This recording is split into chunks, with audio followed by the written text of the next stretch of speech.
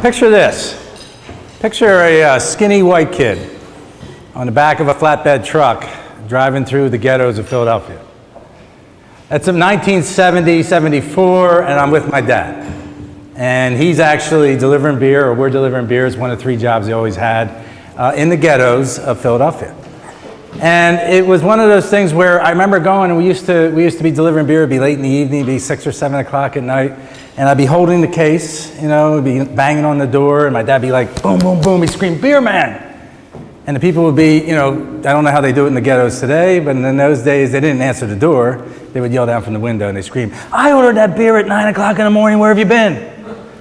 And my dad would scream out, "Do you want it or not?" And he looked at me, he always did this, he goes, "They always want it." And the reality is, if you're willing to deliver beer in the ghettos of Philly, customer service really doesn't matter. Today I live in Eden Prairie with my wife and 3 kids, and we actually answer the front door for pizza when it gets delivered, for different people that show up, and about a month ago for the Girl Scouts. The Girl Scouts come selling cookies.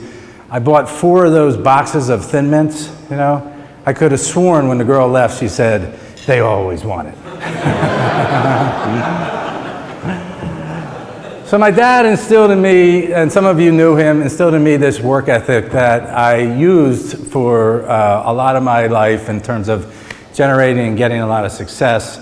But my dad was so much more than that. He was somebody that I respected and admired. He was somebody that I valued and appreciated, and somebody I loved. And that's what makes the next part of the story a little bit hard, but makes it authentic.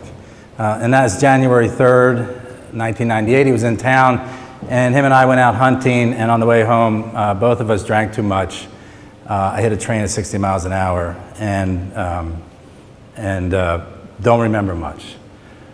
But I do remember waking up in Hennepin County Medical Center, and I am a mess, and I'm in pieces, and I'm in pain. And I looked up and I saw my mom and my wife, and my mom leaned down and said, "Your dad didn't make it." And I said, "What?" And she said, "Your dad didn't make it." And I'm going to tell you, you don't know what pain is until you hear something like that. For me, I went to a place that I can only describe as hell. I was there for about three days. It was really, really a bad spot for me. Clergy are coming in and trying to help me. My wife's trying to help me. My family's talking to me, and I can't actually hear anybody or see anybody.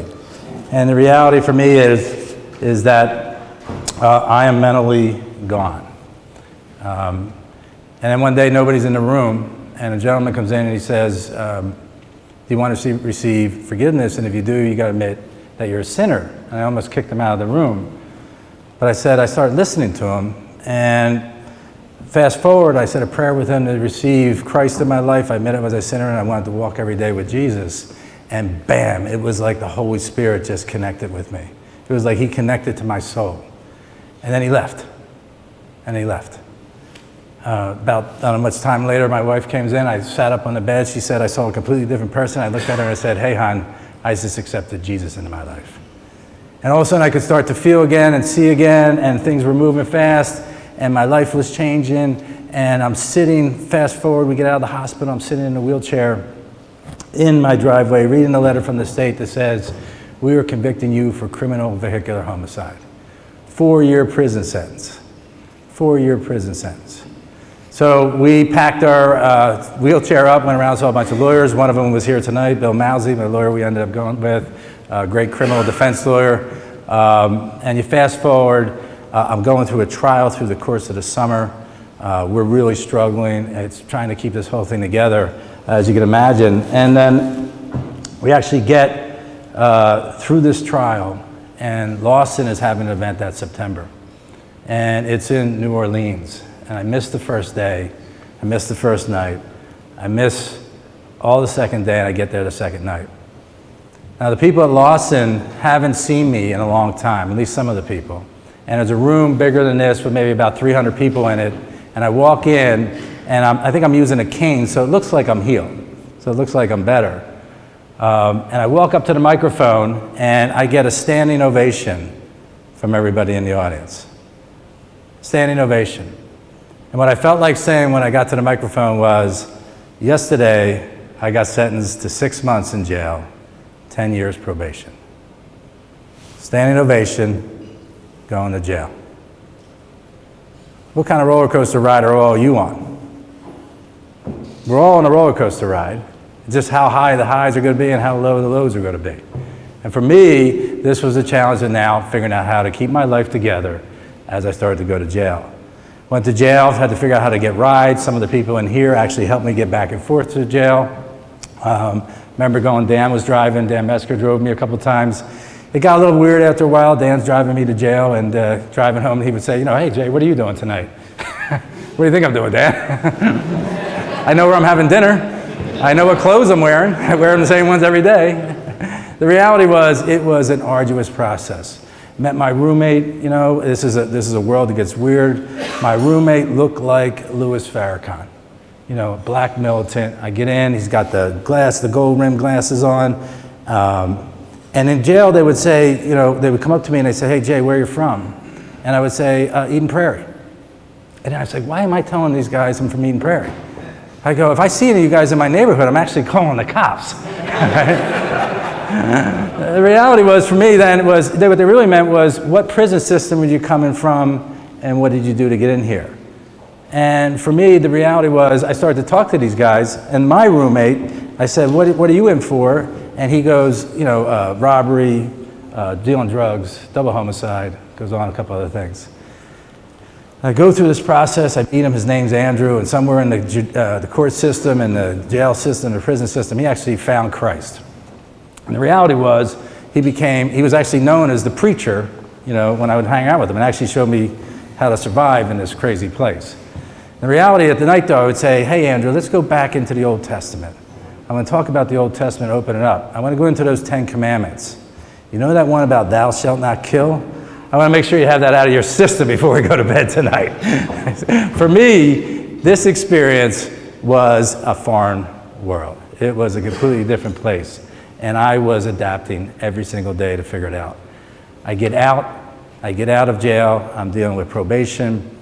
I get my career back going at Lawson. Lawson's going through a dramatic change. We're trying to go from being a big private company to a public company. Fiscal responsibility is different. We changed the strategy, had to include a new team. Results were completely different. And the reality is, I'm trying to do this all while I'm still on probation, as I'm dealing with probation officers and everything else. And we're going public, and on every perspective starts out with my background, it says convicted felon. Convicted felon. And the reality is, as a convicted felon, you're trying to explain this constantly to people. Fast forward, we get into this new building, into St. Paul, and it says Lawson Software all over the outside of this building. Giant building. And not long after we get into it, I actually get promoted to president. I become president of Lawson Software, and within a day, my HR director comes up to me and goes, Jay, do you know that this is a no smoking building? And I said, yeah, of course I know it's a no smoking building.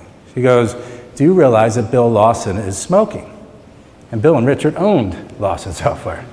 And I go, no. She goes, well, you have to go down and tell him he's not allowed to smoke. I go, why me? She goes, because you're president. I go, this president job sucks.